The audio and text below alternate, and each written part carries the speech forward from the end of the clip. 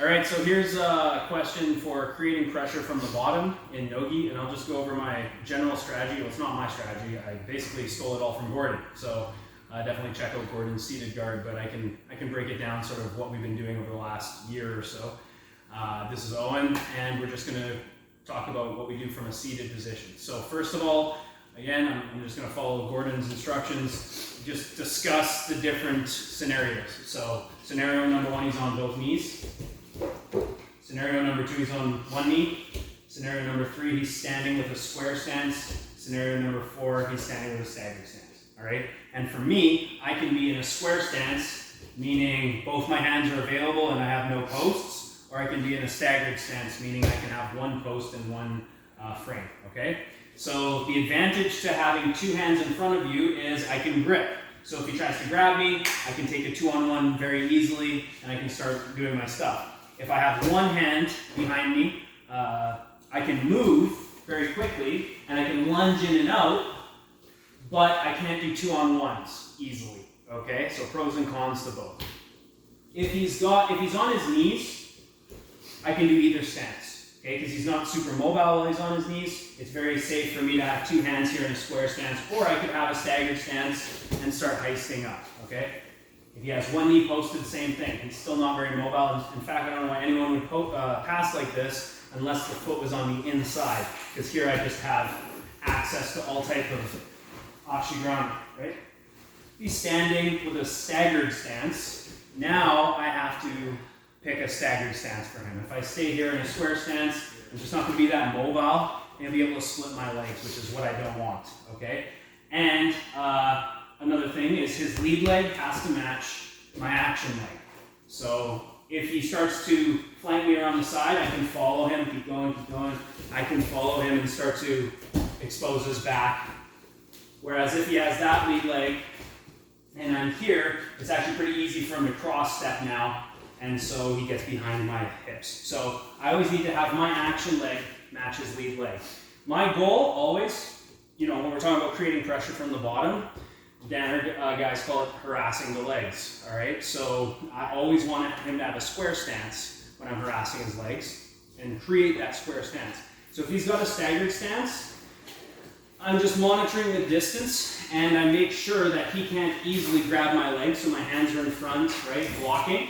And what I can do is I can immediately start hooking behind his leg. Now here, if he just stays here and I try and pull, no, just stay there. I try and pull, nothing happens. But as soon as he tries to step away, his leg becomes light.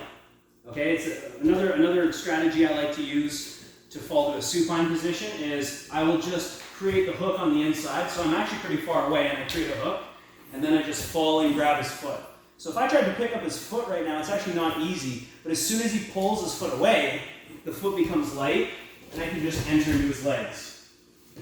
All right, so here's a quick little 1-2 that Gordon shows at the beginning of his instructional, and it's super effective. Basically, we're just going to try to square his stance. We put him backwards in the double kuichi or the dummy sweep, and if we pull him forwards, we do our ashigarami. So from here, if he's got a square stance like this, even if I'm far away, I can just lunge in and just do the double kuichi. All right, that's super effective if I ever see a square stance. Right? Even if he's staggered, and stay there. Okay, even if I just move to the apex of the pyramid, again, I can do double kuichi from here, okay? But I didn't off-balance him. So I think it's more effective to off-balance him first. So if he's got a staggered stance, okay, and we come in, even if I just pull his knee, it creates the pyramid.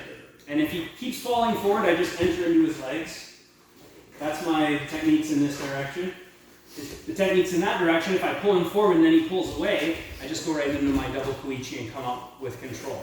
All right? So I'm always harassing his feet, making grips on his knees, his wrists, or his head. So if he's got a super, let's say he's bending down like this, and he's trying to grab my legs, first of all, he just exposed arm drags. Okay? So now if he pulls away, I do double kuichi. Or if I try and come up, and he doesn't let me come up, I just get my feet back to the inside and I fall back to single leg X. Alright? Anytime I can grab his head, I generally do. Anytime he puts his hands on me. So if he touches my head and his hand is above his elbow, we take a 2-on-1 with hands facing up. If he grabs my legs and his hand is below his elbow, I can take a 2-on-1 with my hands facing down, or I can arm drag, all right? And again, just get off center, start coming up, maybe he defends, and I can get my legs back to the inside and start going into single leg X if I feel like I can't finish the single, all right? So I'm always, if we're here, I'm always looking to just harass his feet, okay? And now that I've made a hook, I know he wants to clear this foot. So I know he's going to do like a high step and circle his foot out, go ahead, right? He's going to want to reset every time. A good example of this is Gordon Ryan versus Cyborg, okay? So he came in, and Cyborg stayed in a square stance, and then Gordon did his double Koichi. It didn't sweep Cyborg, but he stepped out. So as he stepped away, the foot becomes light, okay? So now I have a choice. Do I want to come up on a single and look to either take him down or take his back, or I create the square stance, you pull your foot out, boom, and I just go into a single leg X. All right, so that's a good strategy for that. And basically always just go into the feet. So let's just talk about offensive versus defensive strategy, okay? If he puts me in a defensive cycle, it's gonna look something like this. Just blitz me, go ahead, and pass.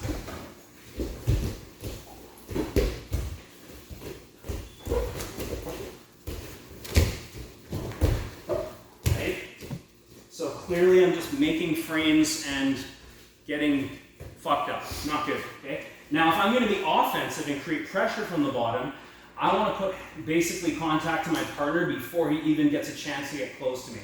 If I'm framing, I'm losing. So how can I create pressure? I start actually harassing the leg. So now do the same thing. Okay. Right. Here.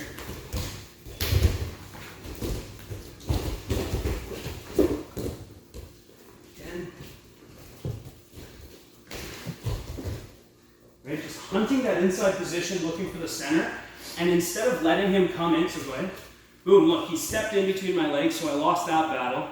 He's already getting head position. If he punches an underhook, I'm really going to get past. Okay, so I can never let him get underhooks. I always keep elbows closed, okay? And when I go in, anytime he gets close enough for me to touch, I start touching him. Okay, even if we're here, boom, snap him down, go to the leg. He comes in, I grab his arm, he breaks his grip, go to the leg.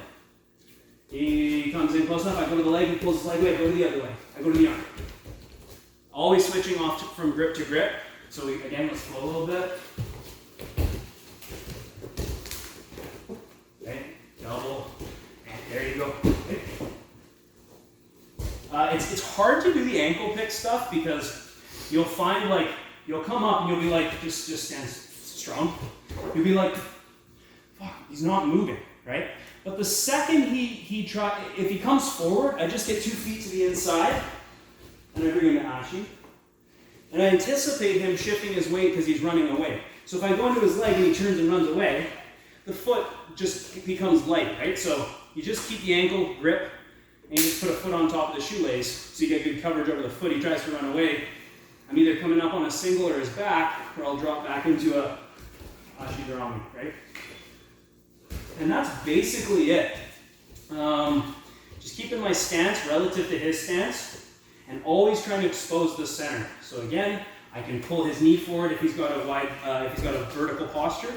If he grips me, I can grip him. Maybe he tries to break the grip again. I can go again. Maybe he pulls that away. I go here. Right? There's the foot that comes off the ground. Okay? If he's low enough, maybe he's taking a low crouch stance. Come in. He starts to posture up. Enter the legs. Pull him right on top. So always threatening him backwards and forwards, always looking for my grips, and not really investing too much in one grip because I know it could be gone in a second. So if I grab his hand and he breaks it, I'm ready to switch the other hand. He breaks again, go to the leg. Right? What about wrestling up from the bottom? Well, I could just be an absolute beast and just like come up, boom, and do a blast double.